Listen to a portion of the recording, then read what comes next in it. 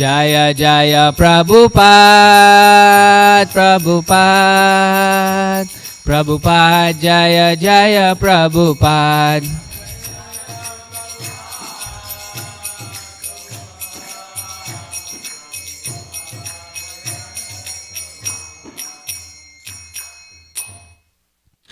Jai Om Vishnupada Paramahamsa Parivrajakaacharya Ashtottara Sata Shri Srimad His Divine Grace A.C. Bhaktivedanta Swami Srila Prabhupada Ki Jai, Grantaraj Srimad Bhagavatam Ki Jai, Samaveta Bhakta Vrinda Ki Jai, Nitai Gaur Premanande. All glories to the assembled devotees. All glories to the assembled devotees. All glories to the assembled devotees. All glories, all glories, all glories to Shri Shri Guru and Shri Gauranga. All glories to Srila Prabhupada.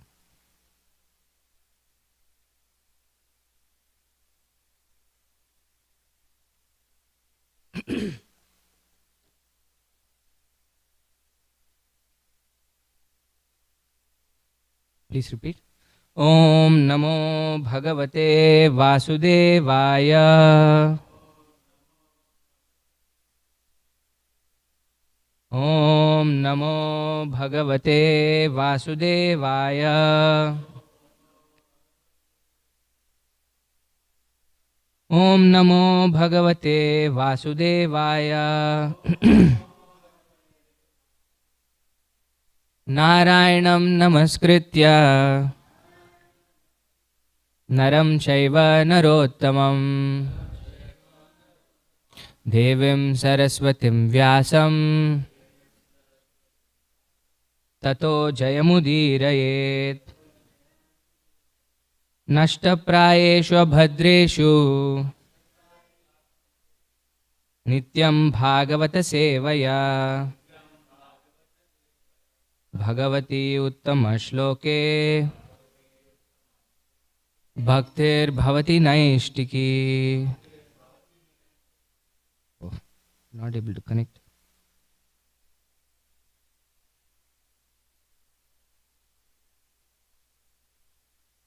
Don't know.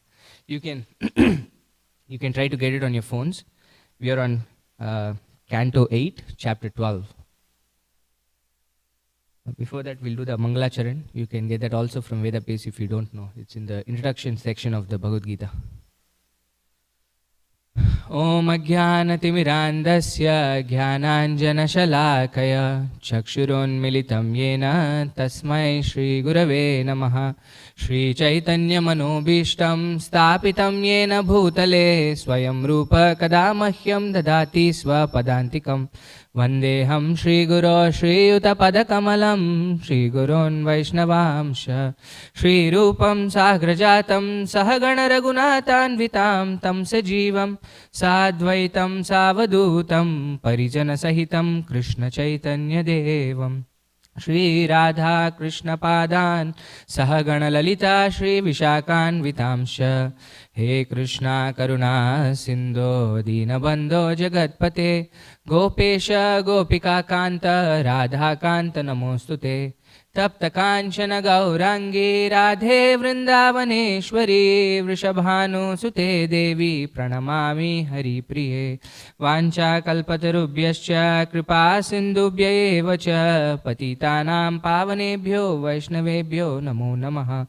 Jaya Shri Krishna Chaitanya Prabhu Nityananda Shri Advaita Gadadara Shri Vasadi Gaura Bhakta Vrinda Hare Krishna, Krishna Krishna, Hare Hare, Hare Rama, Rama Rama, Hare Hare. Namam Vishnupadaya, Krishna Presthaya Bhutale, Srimate Bhaktivedanta Swaminiti Namine. Namaste Saraswate Deve Gauravani Pracharine, Nirvisesha Shunyavadi Pashyatya Deshatarine.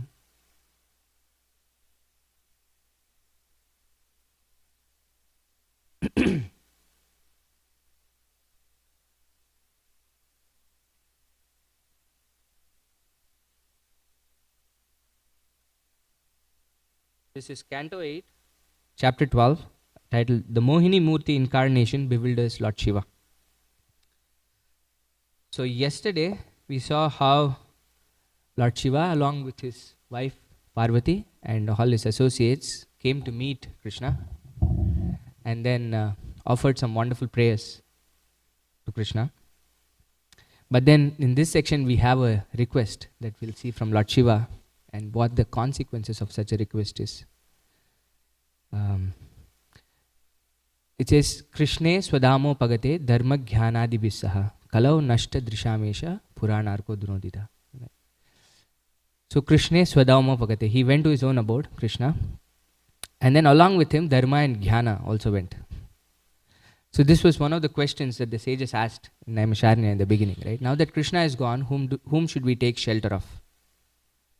So the reply was, Kalau nashta drishamesha puranarko dunodira. In order to take away the darkness of Kali Yuga, the Purana as brilliant as the sun has arisen, which is Srimad Bhagavatam, which is the literary incarnation of Krishna himself. It's non-different from Krishna. And each canto of Srimad Bhagavatam is compared to a limb of Krishna. So the first two cantos are considered as lotus feet. Third and fourth are his thighs. Fifth is his navel. Sixth is his chest. Seventh and eighth are his arms. Ninth is his neck. 10th is his lotus face. 11th is his forehead. And then 12th is his crown. So like that, the Srimad Bhagavatam is Krishna himself in the literary incarnation. And we are in the 8th canto of Srimad Bhagavatam. It's pretty high up. When we are taking darshan of Krishna, where do we start taking darshan of Krishna from? From his lotus feet, right? So the first two cantos are considered his lotus feet. And in the second canto of Srimad Bhagavatam, Srila Prabhupada gives us some hints on how we can actually progress through the darshan of Sri Krishna via the medium of Srimad Bhagavatam. And which is, I wanted to read this because this is connected to the section that we're reading today, so that we understand what we are getting into before we get into the section that we're going to get into. So I'm just going to, this is 2 to 12. I'm just going to read a section of the purport that Srila Prabhupada writes before we get into the section that we are going to read. It's somewhere in the middle of the second paragraph, I feel. Srila Prabhupada says, the grossest type of anartha which binds the conditioned soul in material existence is sex desire. And this sex desire gradually develops in the union of male and female. When the male and female are united, the sex desire is further aggravated by the accumulation of buildings, children, friends, relatives, and wealth. This is a verse that Srila Prabhupada is paraphrasing from Rishabdev. When all these are required, the conditioned soul becomes overwhelmed by such entanglements and the false sense of egoism or the sense of myself and mine. This last line we know. This is a famous line. Janasya mohoyam aham mameti. This feeling of I and mine become prominent. And the sex desire expands to various political, social, altruistic, philanthropic, and many other unwanted engagements. So basically Prabhupada's point here is the entire material existence is because of sex desire. And this is such a strong desire that's what keeps binding us. As a result of it, so many things expand. On one level, it's the grossest desire. But Prabhupada says, Bhakti Yoga leads to the gradual evaporation of sex desire, which is summarized in 3 headings. Profit, adoration, and distinction. Ultimately, this is what it moves on to. Labh, Man, and Pratishta. Profit, adoration, and distinction. All conditioned souls are mad after these different forms of sex desire, and one shall see for himself how much he has been freed from such material hankerings based primarily on sex desire. This is easy, Prabhupada is saying. As a person feels his hunger satisfied after eating each morsel of foodstuff, he must similarly be able to see the degree with which he has been freed from sex desire. Okay, and he writes more, just the word sex desire. I think Prabhupada repeats about 15 times in this purport. But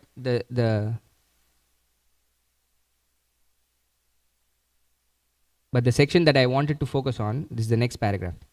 So purification means getting free gradually from sex desire, and this is attained by meditation on the personality of the person of the Lord as described herein. beginning from the feet. This is what Srila Prabhupada says, beginning from the feet. One should not try to go upwards artificially without seeing for himself how much he has been released from the sex desire. The smiling face of the Lord is the 10th canto of Srimad Bhagavatam, and there are many upstarts who at once try to begin with the 10th canto, and especially with the 5 chapters which delineate the Rasa Leela of the Lord. So Prabhupada is warning us what will happen if we go without to the upper limbs of the Lord if we are not in control of our gross sexual desires.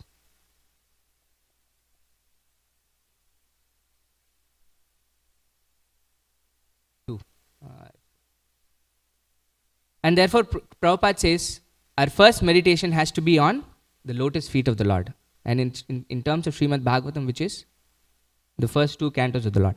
Because we immediately know from the 3rd canto, what do we read in the 3rd canto of the Srimad Bhagavatam? We've come to the 8th canto. What's explained in the 3rd canto of Srimad Bhagavatam? Grihastha, and specifically vivid details of Grihastha, right? If we are not really in control of our gross sexual desires, we might be very agitated when we are reading such topics. And today, we are reading how Lord Shiva is going to be bewildered by Mohini Murti. So the warning has been declared. So when we are reading this, be present at your own risk, is what I'm saying. So I don't know how we do this. Usually we read the purports one by one, but you all have phones, then we can still do it. We have to start from text 12 and see what Lord Shiva's request to Lord Vishnu is. Can we try?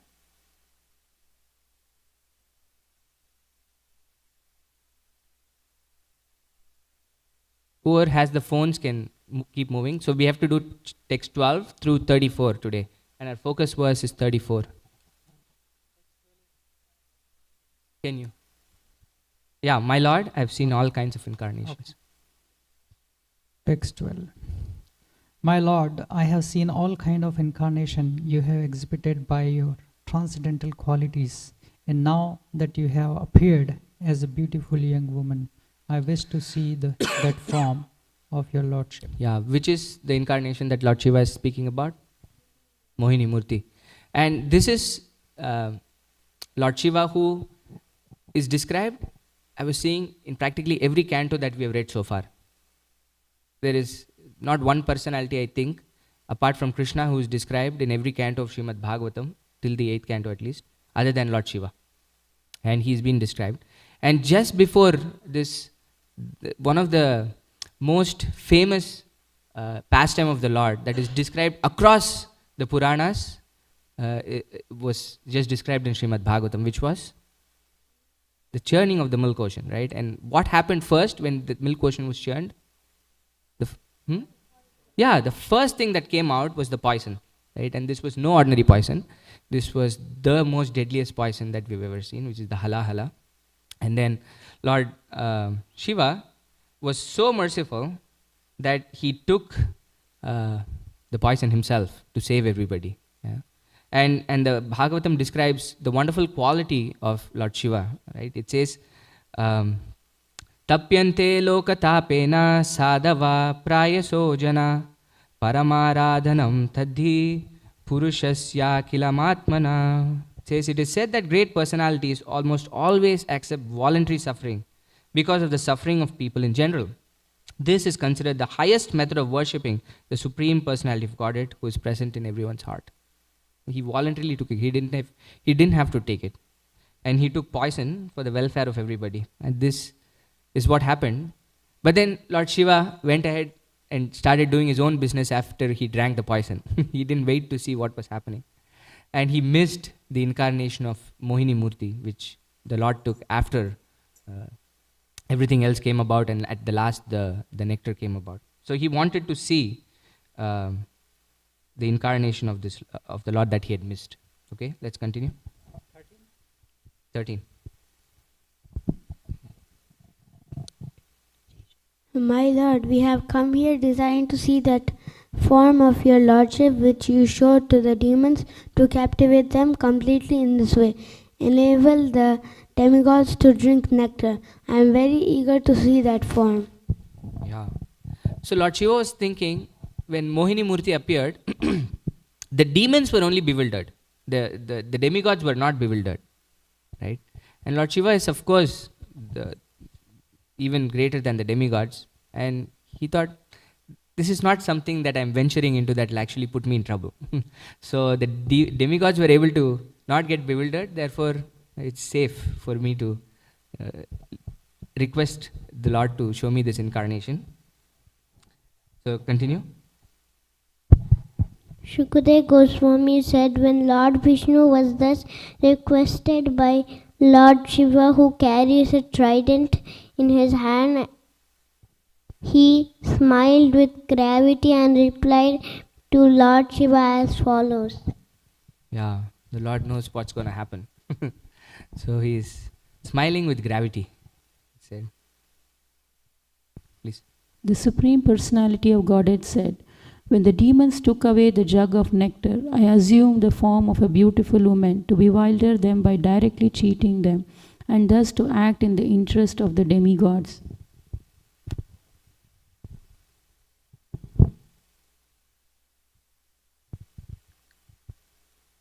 O best of the demigods, I shall now show you my form that is very much appreciated by those who are lusty. Since you want to see that form, I shall reveal it in your presence. Yeah. So what is lust? The Lord is saying Shiva is not really influenced by lust, right? So what is lust? Yeah, for ourselves, right? The desire for self-enjoyment, gratification, sense gratification is lust. And Lord Shiva has Mother Parvati as his wife, who is the incarnation of Maya, the modes of material nature that actually binds us in this world. This is why we get attached. And therefore the Gita says, Dhyayato Vishayan Pumsa Sangasteshu Pachayate Sangat Sanjayate Kama. This is how lust develops, by our constant meditation on the senses, on the object of the senses. Then we start getting attached, and then it turns into lust, and the entire cycle follows. But Lord Shiva has Mother Parvati by his side and still not affected by it. So the Lord is saying, okay, I'll show you this form, and I'll reveal it in your presence. Let's continue. Shukadeva Goswami continued, after speaking in this way, the Supreme Personality of Godhead Vishnu immediately disappeared, and Lord Shiva remained there with Uma, looking for him all around with moving eyes. Yeah. This is happening after the churning of the milk ocean, where during the churning of the milk ocean, the Lord took the form of Mohini Murti, but Lord Shiva couldn't see it. So then now he wants to see the incarnation of the Lord. Text 18. Thereafter, in a nice forest nearby, full of trees with reddish pink leaves and varieties of flowers, Lord Shiva saw a beautiful woman playing with a ball.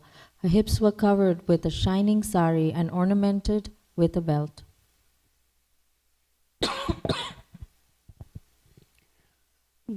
Text 19. Because the ball was falling down and bouncing up as she played with it,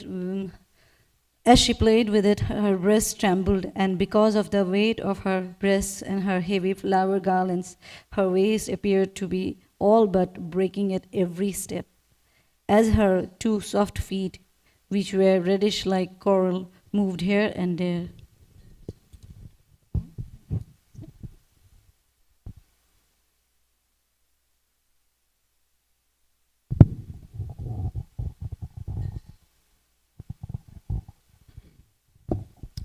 Text 20. The woman's face was decorated by broad, beautiful, restless eyes, which moved as the ball bounced here and there from her hand. The two beautiful, brilliant earrings on her ears decorated her shining face, shining cheeks like bluish reflections, and the hair scattered on her face made her even more beautiful to see. Text 21. As she played with the ball, the sari covering her body became loose, and her hair scattered. She tried to bind her hair with her beautiful left hand. At the same time, she played with the ball by striking it with her right hand. This was so attractive that the Supreme Lord, by his internal potency, in this way captivated everyone.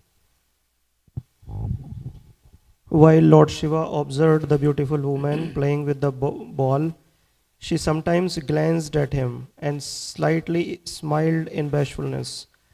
As he looked at the beautiful woman and she watched him, he forgot both himself and Uma, his most beautiful wife, as well as his associates nearby.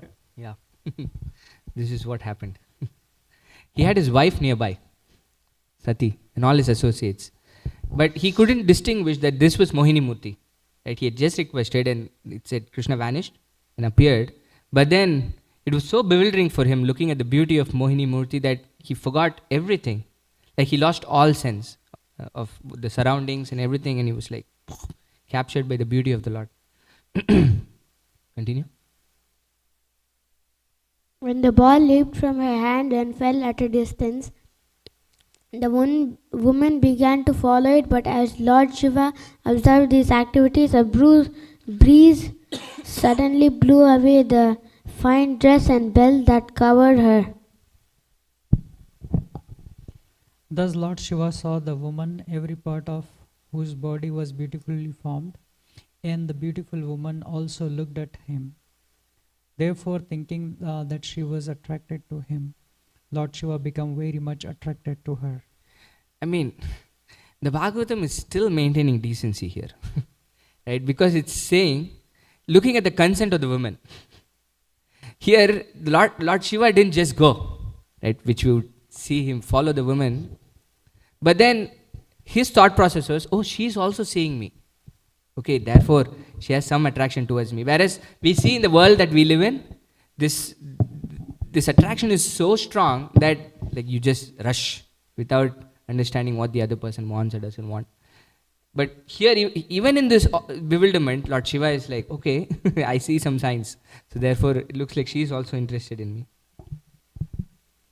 Okay, next text.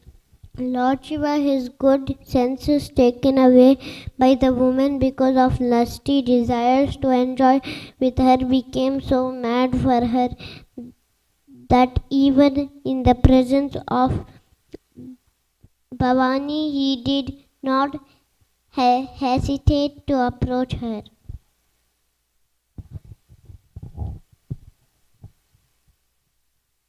The beautiful woman was already naked, and when she saw Lord Shiva coming toward her, she became extremely bashful.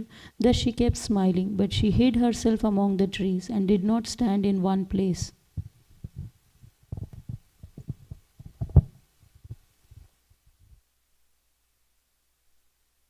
His senses being agitated, Lord Shiva, victimized by lusty desires, began to follow her, just as a lusty elephant follows a she-elephant. After following her with great speed, Lord Shiva caught her by the braid of her hair and dragged her near him. Although she was unwilling, he embraced her with his arms. See, this is the problem with lust, right? So the Gita says, Dhyayato Vishayan Pumsa Sangas Teshu Pajayate. That when our senses start contemplating on the object of the senses, and when we start doing this continuously, that desire that we have starts becoming attachment. Sangat Sanjayate Kama. But when this attachment happens and we're still contemplating, then this attachment turns into lust. So the difference, what's the difference between attachment and lust? Attachment means I'm attached to it, like I want it. But at the point of lust, I cannot be without having it. It becomes so strong that I'll do anything to get it. This is lust. And it's very difficult to pull us back if we get into this territory of lust. It's still easier to stop our contemplation at the point of desire and more difficult at the point of attachment. But when the attachment changes to lust, it's impossible. It's impossible for us to recover ourselves from it. And we can see it here. The woman was bashful, but Lord Shiva, overcome by lust, is dragging her. It's absolutely impossible for us to recover from there when Lord Shiva cannot do it. This is how powerful the lust is, right? And this is why Krishna says lust, anger and greed are 3 gates to hell. Okay, let's continue. Being embraced by Lord Shiva like a female elephant embraced by a male, the woman whose hair was scattered swirled like a snake. O king, this woman who had large high hips was a woman of Yoga Maya presented by the Supreme Personality of Godhead.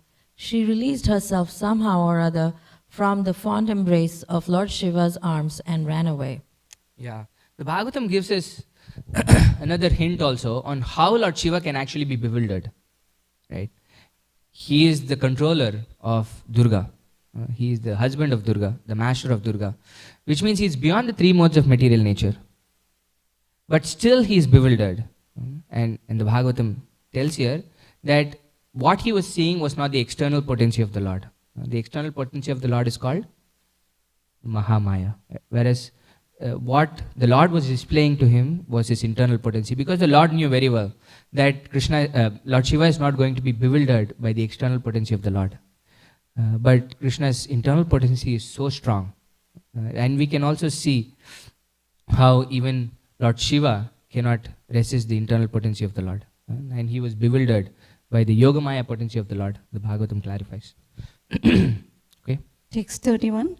As if harassed by an enemy in the form of lusty desires, Lord Shiva followed the path of Lord Vishnu, who acts very wonderfully and who had taken the form of Mohini. Yeah. He's just running, right? She's trying to get away from him, and then he's so engrossed in this desire that he just cannot quit. He's running behind her.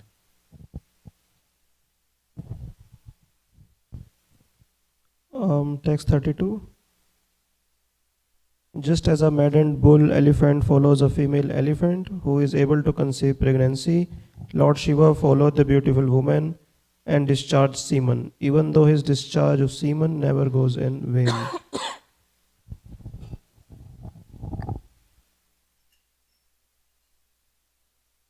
Next, we have to go till 34.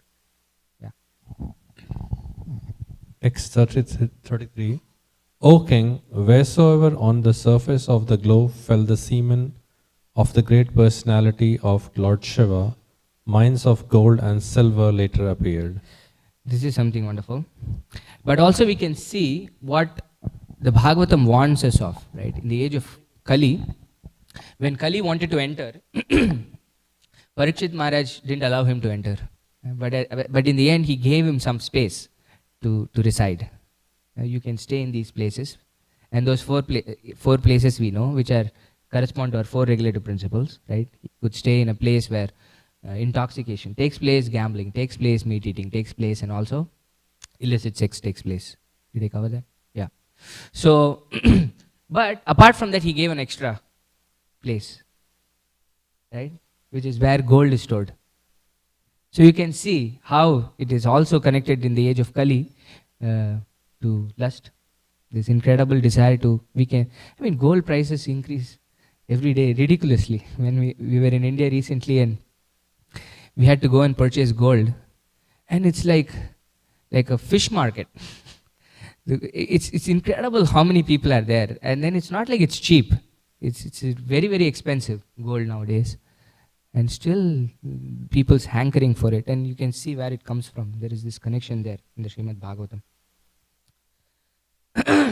But still it's considered very pure. This is what we read in the first canto, right? You remember when Yudhishthira Maharaj wanted to do the yajna after the war, and the coffers were empty, practically.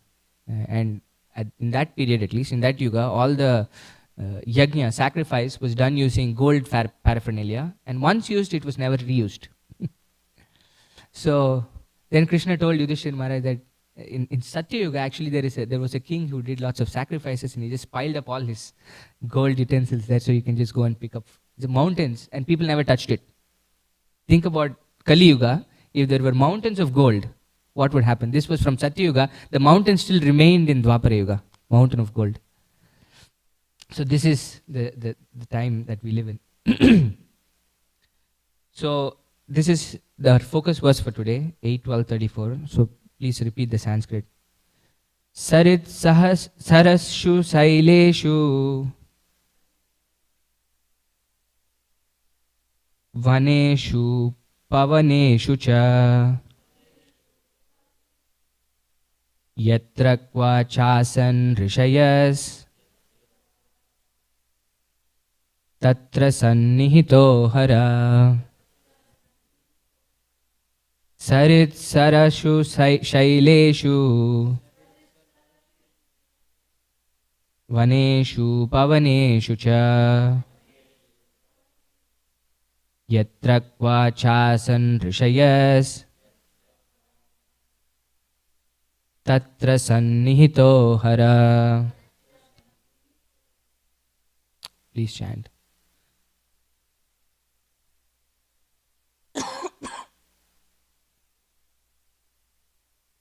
Sarit sarasu shaileshu vaneshu pavaneshu cha yatra kvachasan rishayas tatra sannihito hara. Sarit sarashu saileshu vaneshu pavaneshu cha tatra kvachasan rishayas tatra sannihito hara. Sarit saharshu saileshu vaneshu pavaneshu cha yatra kvachasan rishayas tatra sannihito hara. Translation and purport by His Divine Grace A.C. Bhaktivedanta Swami Srila Prabhupada. Srila Prabhupada ki jai. This is the word for word translation. Sarit, near the shores of the rivers. Sarasu, and near the lakes. Shaileshu, near the mountains. Vaneshu, in the forests. Upavaneshu, in the gardens or small forests. Cha, also. Yatra, wherever. Kwa, anywhere. Cha, also. Asan, where exiting. Rishaya, great sages. Tatra, there. Sannihita, was present. Haraha, Lord Shiva. Translation. Following Mohini, Lord Shiva went everywhere, near the shores of the rivers and lakes, near the mountains, near the forests, near the gardens, and wherever there lived great sages. He didn't see where she was going, he was just following her all around. Right? And you'll see what Srila Prabhupada says. Purport. Srila Vishwanath Chakravarti Thakur remarks that Mohini Murti dragged Lord Shiva to so many places, especially to where the great sages lived, to instruct the sages that their Lord Shiva had become mad for a beautiful woman.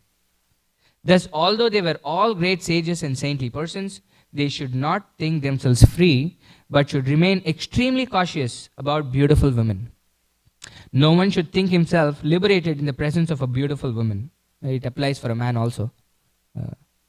The Shastras enjoin, Matra Swarasa Dhuritha va Naivi Viktashano Bhaved Bhalavan Indriya Gramo Vidvamsam Apikarshati. One should not stay in a solitary place with a woman, even if she be his mother, sister, or daughter. For the senses are so uncontrollably powerful that in the presence of a woman, one may become agitated, even if he is very learned and advanced. This is Bhagavatam 9, 19, 17.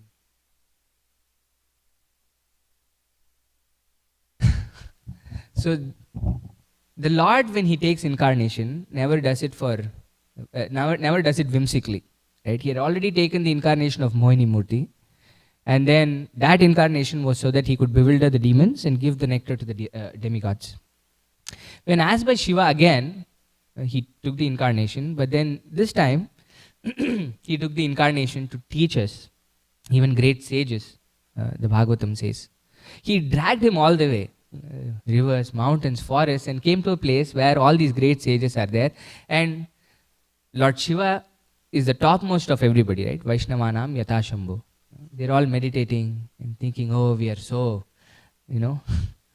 But then this is Krishna's lesson to them that, oh, don't be so confident. Don't be so confident that you can escape the clutches of Maya.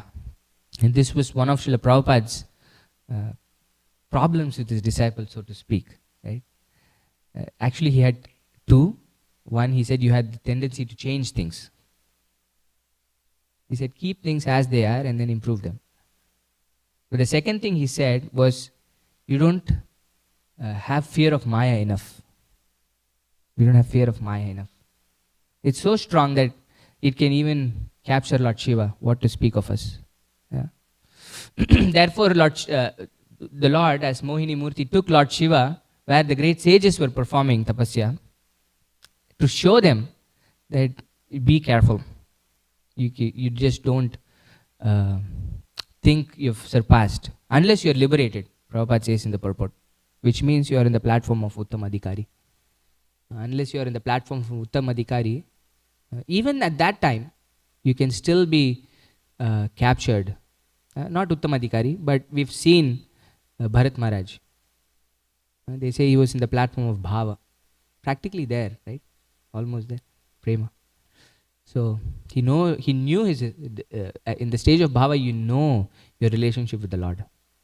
It just has not matured yet, but you know everything that you need to know practically. But still, he fell down because of his attachment with the deer. So this is the material energy of the Lord. And Krishna says this is Daivi Hesha Gunamayi Mama Maya Duratyaya Mamevaye Prapadyante Maya Metam Tarantite. That this is a divine energy of mine, Krishna says. And it is incredibly hard to overcome. And the only way to overcome is Mamevaye Prapadyante. That you take shelter, surrender to me, Prapatti, Sharanagati, same words. This is Krishna's instruction in the Gita also. And the 6 limbs of Sharanagati or Prapatti start with 2 very simple things. Do you know what the 6 limbs of Sharanagati are? Yeah. Anukulyasya sankalpaha, pratikulyasya varjanam, rakshashyatiti vishwasa, goptritve varnam tata, atmanikshepa and karpanya. These are the 6 limbs of Sharanagati. And the first 2 limbs of Sharanagati are Anukulyasya Sankalpaha, Pratikulyasya Varjanam. We accept what is favorable to Krishna consciousness and we reject what is unfavorable to Krishna consciousness. So even though we might be, or at least think we are very advanced, it's better to not tread places that could actually take us away from Krishna consciousness. That is pratikul, that's something that is not favorable to our Krishna consciousness. This is the fundamental principle of Sharanagati. And then things follow, right? Rakshishyati vishwasa. If we follow this, then Krishna will protect us. Right? If we follow the 4 regulative principles, pratikul, these are things that are not favorable for us. And anukul is chanting the names of the Lord, taking the association of the devotees, and things that are... Actually, Rupa Goswami goes in detail in his nectar of instruction. Right? What are the 6 things that can destroy bhakti and 6 things that can actually enhance our bhakti? If we are able to follow that, then Rakshishyatiti Vishwasa happens. Then Krishna will protect us.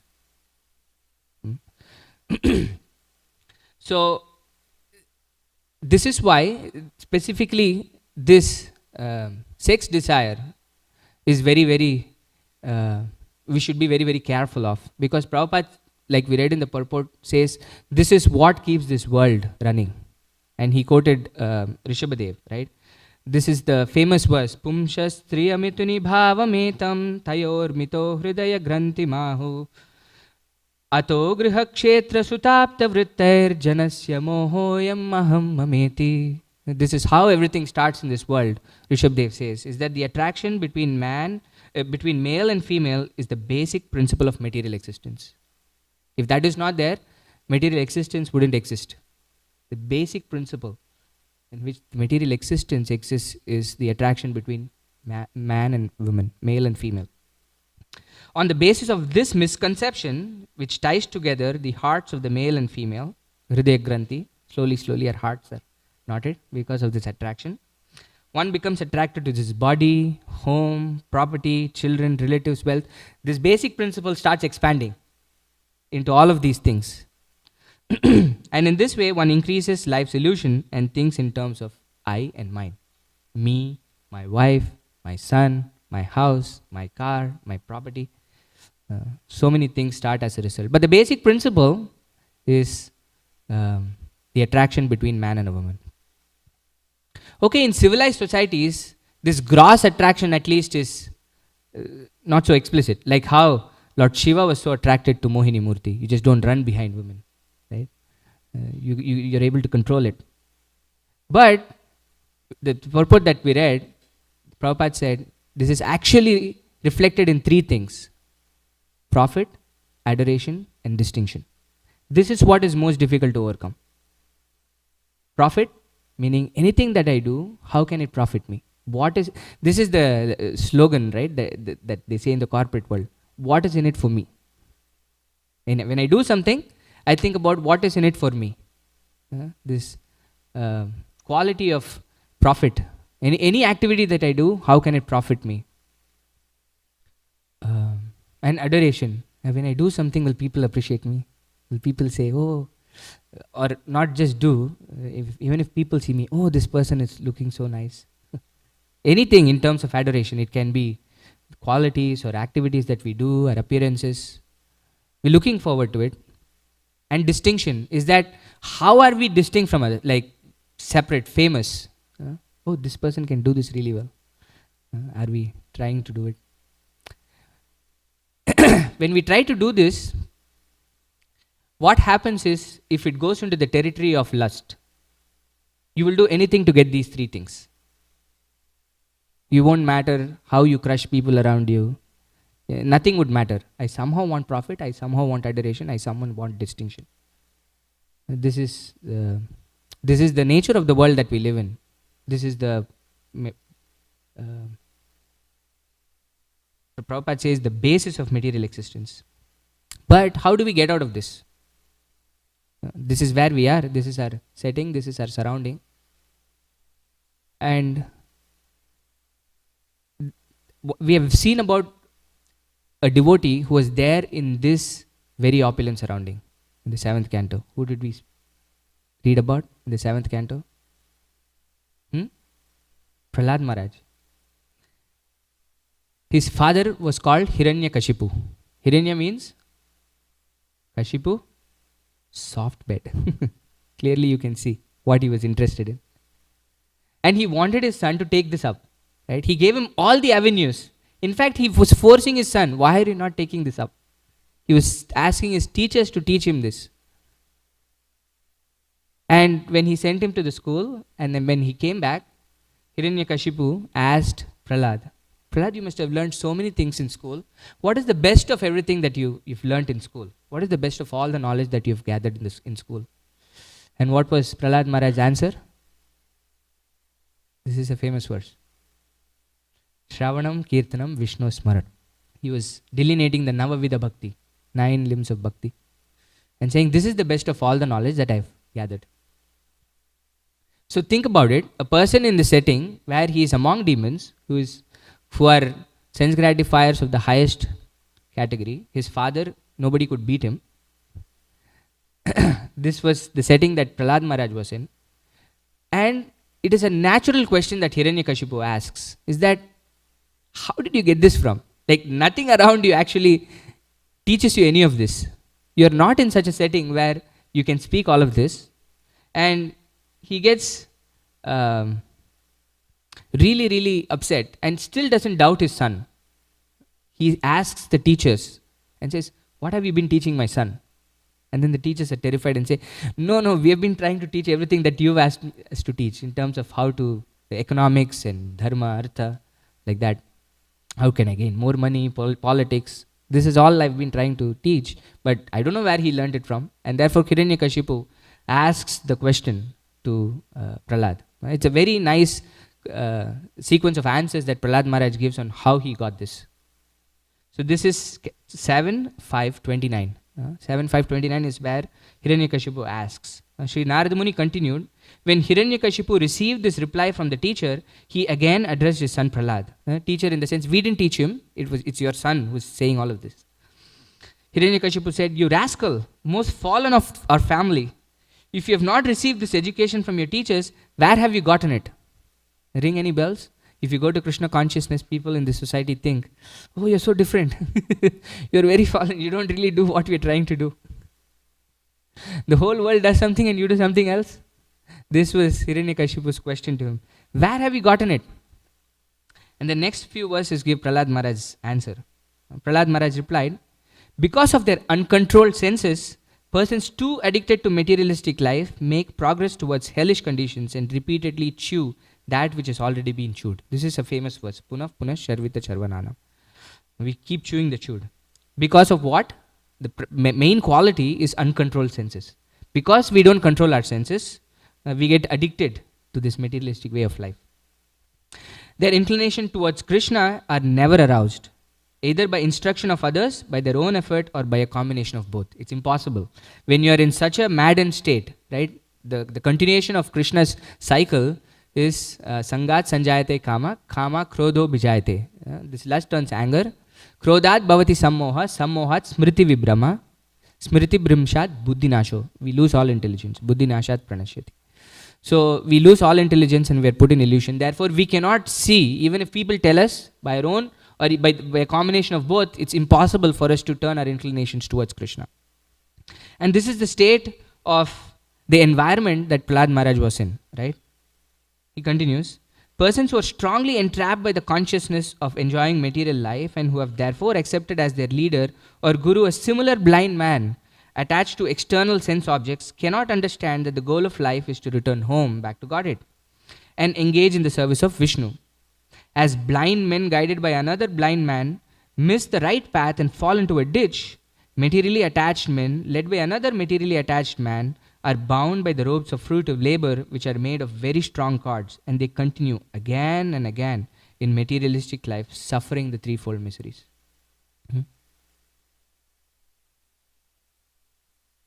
But here is where Prahlad Maharaj actually gives the answer to how he got it. Oh, this is how it is in world in general. People are attached to material activities and they are led by people who are attached to material activities and they can never figure out or get their inclinations towards Krishna. But he says, unless they smear upon their bodies the dust of the lotus feet of a Vaishnava, completely freed from material contamination, a Vaishnava who is completely freed from material contamination. Persons very much inclined towards materialistic life cannot be attached to the lotus feet of the Lord, who is glorified for his uncommon activities. Only by becoming Krishna conscious and taking shelter at the lotus feet of the Lord, in this way can one be freed from material contamination. This is the solution that Prahlad Maharaj gives on how we can overcome our attachment to material activities, is by smearing upon their bodies the dust of the lotus feet of a Vaishnava who is completely freed from material contamination. There is no other way. There is absolutely no other way for us to get released from our material contamination. And what does it mean? One is directly smearing the dust, right? We take the dust from the lotus feet of Vaishnava and smear it upon our bodies. But smearing the dust also means following the instructions of a Vaishnava, at whose lotus feet we've taken shelter of. Unless we take shelter of a Vaishnava and follow the instructions of a Vaishnava, it is impossible for us to be freed from material contamination. And this is the question that Rupa Goswami, this is the conversation that Rupa Goswami mentions in his first verse in the Nectar of Instruction. The first verse is what? What does it talk about? The first verse of the Nectar of Instruction? Yeah, controlling senses. Vacho Vegam. We have 6 urges, Rupa Goswami says. Vacho Vegam, the urge to speak. Manasa Krodha Vegam, the urge of the mind and anger. Jihva Vegam, urge of the tongue. Udra Upastha Vegam, urge of the belly and the genitals. And Etan Vegan Yo Vishaheta Dhira. one who has controlled all these 6 urges, sarvam api mam prithvim sasishyat, that he can take disciples all over the world. But how do we control these sense urges is the question, right? And Prabhupada quotes the conversation between Parikshit Maharaj and Sukadev Goswami from the beginning of the 6th canto of Srimad Bhagavatam. What has happened in the end of the 5th canto in the Srimad Bhagavatam? What is described in the end of the 5th canto? Creation, specifically the hellish planets, right? It's not just creation, but it goes into detail about the hellish planets. And then Parikshit Maharaj has this question, is that people are suffering so much, they go into these hellish planets, they're incredible suffering, but why do they continue to do what they're doing? They know that they're going to suffer. And Shukdev Goswami gives several answers, but Parikshit Maharaj is still not satisfied, right? Because you know that it is wrong, and Prabhupada says the thief knows that if you steal, you're going to go to the jail, but still he comes out of the jail and steals. What is it that is causing him to steal? Like the elephant takes a bath, comes out and puts sand all over its body. What is it that causes it to do it? Exactly. The material desire has not been completely vanquished. Therefore, the desire is still there. And when the desire is still there, it has to come out. Because we're contemplating on the desire. So it has to come out. So the actual way to completely get purified is to remove those material desires altogether. Right? And the only way to do it is through devotional service. There is nothing else that can actually take away material desires at the root. This is what Rupa Goswami says, is Sat Krishna Nama Charitadi Sitapi Avidya Pittopa Tapta Rasanasya Narochikano Kintwadvarat Anudinam Kaluseva Jasta Swadvit Kramat Bhavati Tadgata Mula Hantri. Mula means root, Hantri means kill. It kills it at the root. All these material desires. What kills it at the root? Sat Krishna Nama Charitadi Sitapi Avidya. This avidya, this ignorance that we have of our desire for material attachment and gratification is removed only by chanting the name, form, activities, pastimes of the Lord. And he gives the example of this avidya is compared to that of a jaundice disease, and the cure is given as that of a sugar candy. The names, forms, activities, pastimes of the Lord are as sweet as sugar, but a person who has jaundice cannot taste it. It tastes bitter for him. Although the candy is sugar and it's sweet, the person who has jaundice tastes it as bitter. But the medicine is that we keep taking sugar candy when you have jaundice, and eventually the jaundice goes away and you can taste the sweetness of the sugar candy. Similarly, our avidya, or our ignorance of this feeling of aham mameti, me and mine, and this attraction that we have in this world slowly starts fading away once we hear, chant the names, forms, activities, pastimes of the Lord. And then this material affliction is taken out at the root. This is why bhakti is powerful. This is why Krishna says, Apichet suduracharo bhajate ma mananyabhak. This is Lord Shiva. Do you think this is abominable, what was happening? But Krishna says, Sadhureva samantavya. You should still consider him a saint, because he's fixed in bhakti. Shipram bhavati dharmatma, he says. Immediately he'll come, because although he's done abominable activities, if he continues to follow in the path of bhakti, which we will see later how Shiva reacts to this situation. It's very embarrassing, right? Your wife is there, your associates are there. The entire world is seeing it. And we'll see what Shiva's reaction to it is. But there is nothing other than devotional service that can actually help us out of this. So these are some of the thoughts. So if there are any questions, comments. Yes, I saw you first, so after then you can.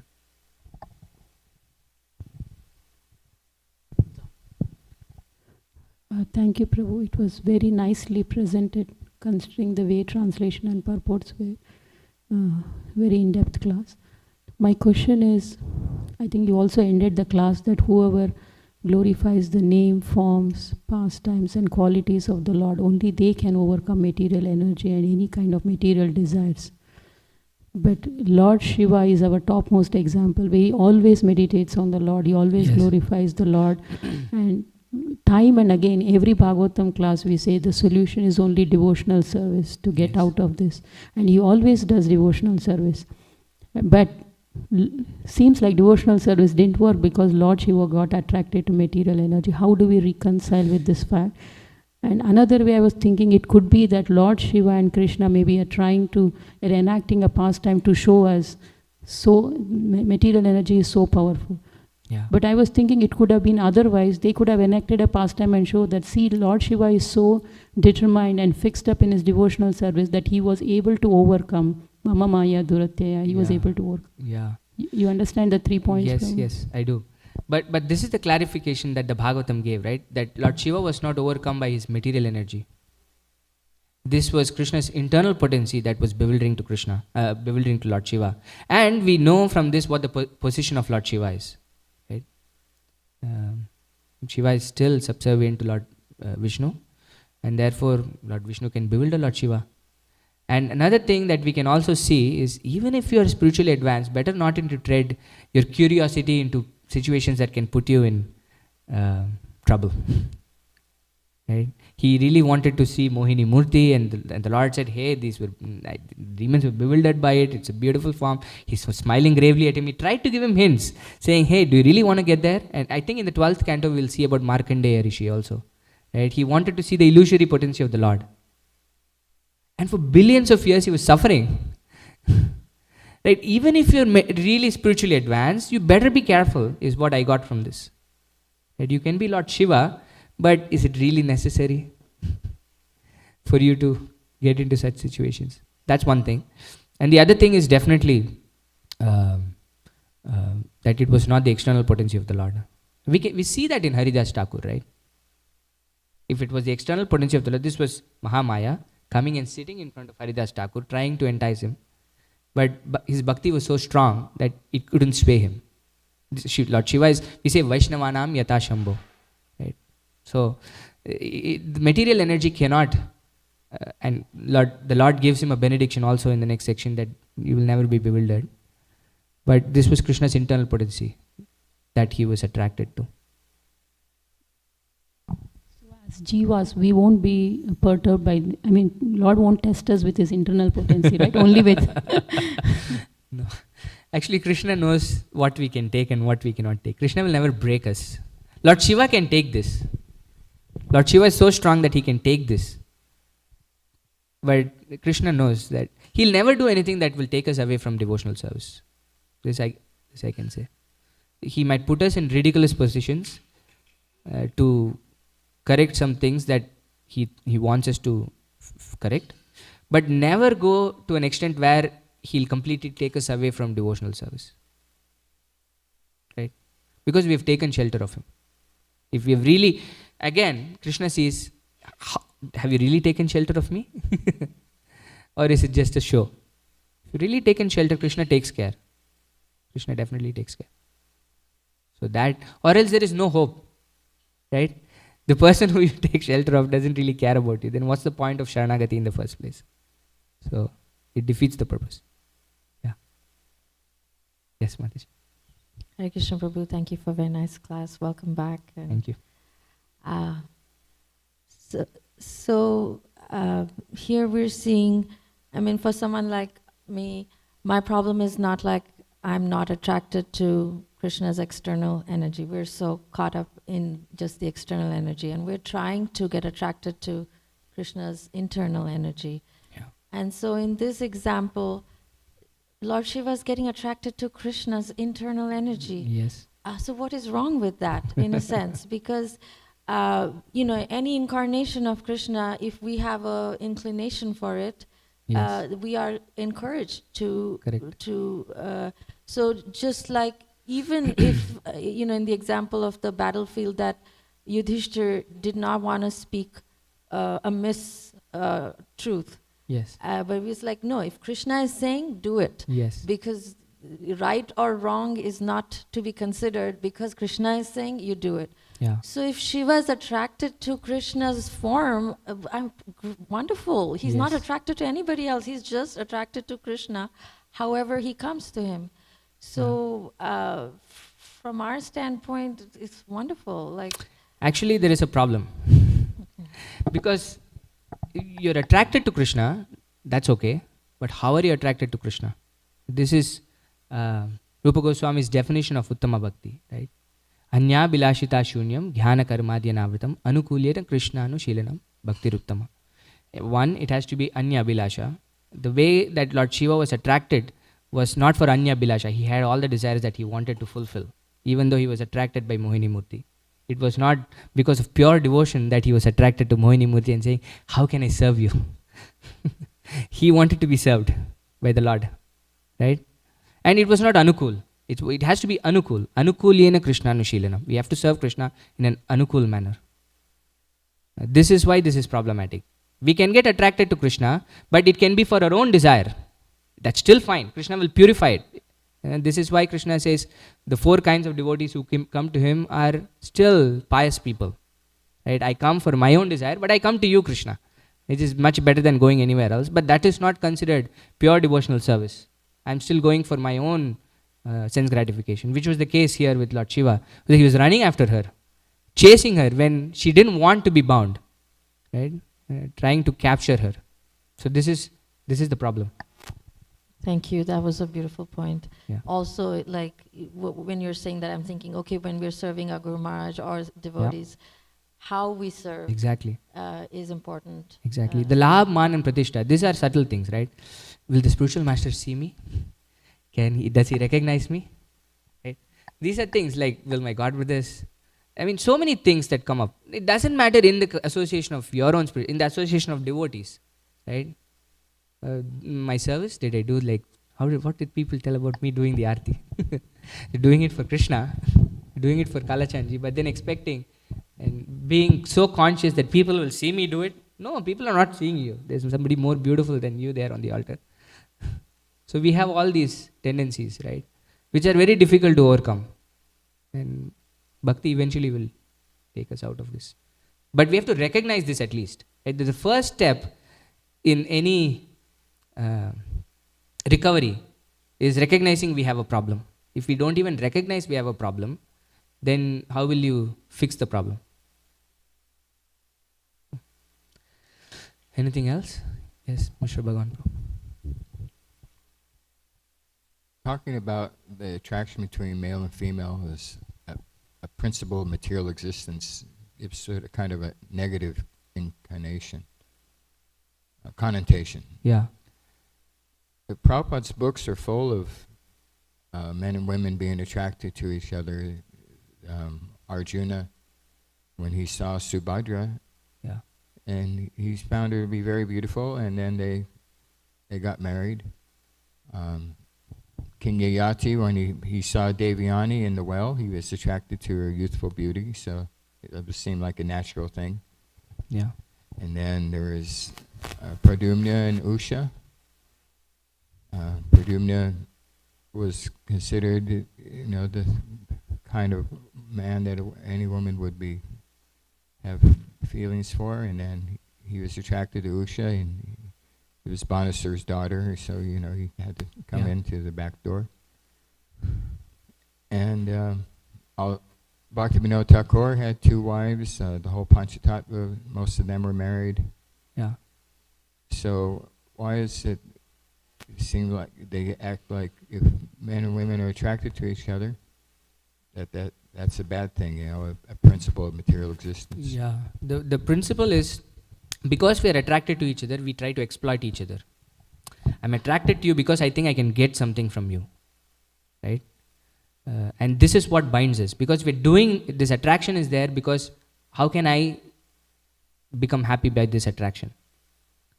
But in Krishna consciousness, we use the same thing in the service of Krishna. This is the definition of bhakti, right? Sarvo padi vinirmuktam tatparatvena nirmalam rishikena rishikesha sevanam bhakti ruchyate. We have these senses, and we don't say, stop using your senses. This is the philosophy of neti neti. Don't do this, don't do this, don't do that. But Krishna consciousness is, okay, I have the senses, how can I use it in the service of Krishna?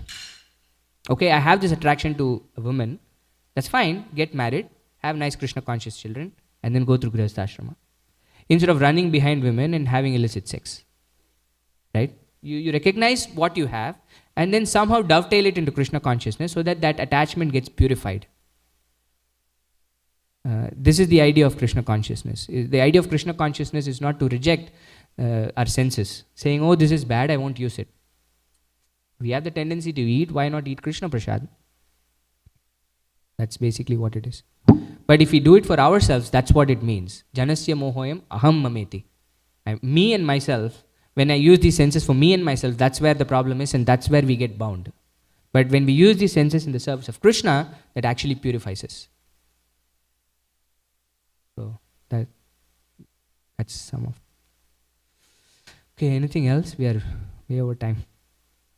If not, we'll stop here. Grantaraj Srimad Bhagavatam ki jai, Srila Prabhupada ki jai. Vancha kalpatarubhyascha kripa sindhubhya evacha patitanam pavanebhyo vaishnavebhyo namo namah. Ananta Koti Vaishnav Vrinda ki jai.